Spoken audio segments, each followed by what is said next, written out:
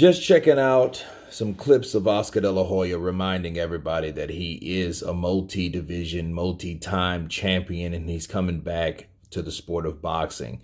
Now, the difference between what he is attempting to do versus what the other guys are doing, like Mike and Barrera and Morales and Cotto and Marquez, he's going after the current top dogs.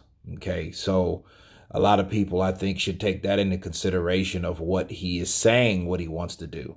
Okay, so that's a different plan from, the other guys, the other part of the legacy that resurrected themselves back into the sport of boxing. But I just want to make something clear. Shout out to FightHype.com. De La Hoya looks in great shape. I did a piece on De La Hoya not too long ago, maybe a week and a half ago, and he was showing the combinations that he was doing, even though that was only one time. Okay, that was like a 1, 2, 3, 4 punch combination, and then, I think he did maybe 3 of them, and then after that, they looped it, so it kept repeating.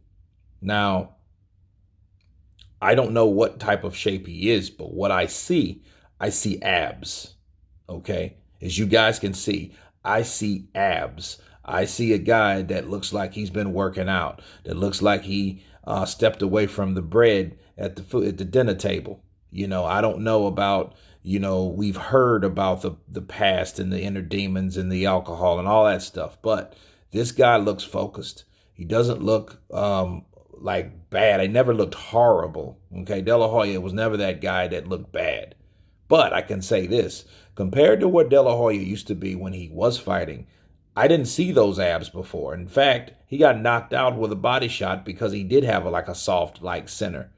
But this guy now looks like he's filled in, but he looks more chiseled and ripped.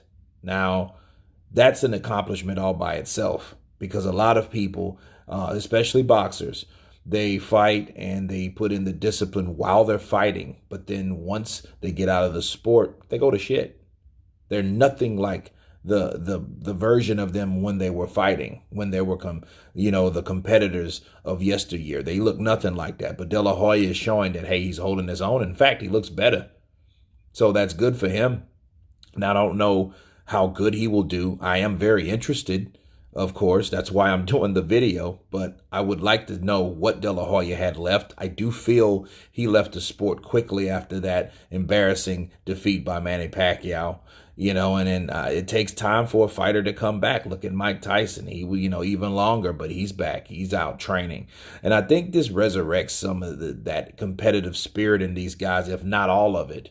Regardless of what their physical condition is right now, their mind and their heart are trying to get back in there and do the things that they knew they used to do. But can they still do? And that's the question. You guys tell me what you think about Oscar De La Hoya flexes his ripped abs. Of course, please subscribe. And you guys been Counterpunch. Peace.